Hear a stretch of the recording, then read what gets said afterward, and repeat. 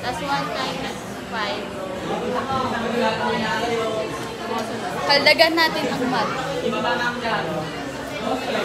Taasan mo! So, walang katapat sa puso.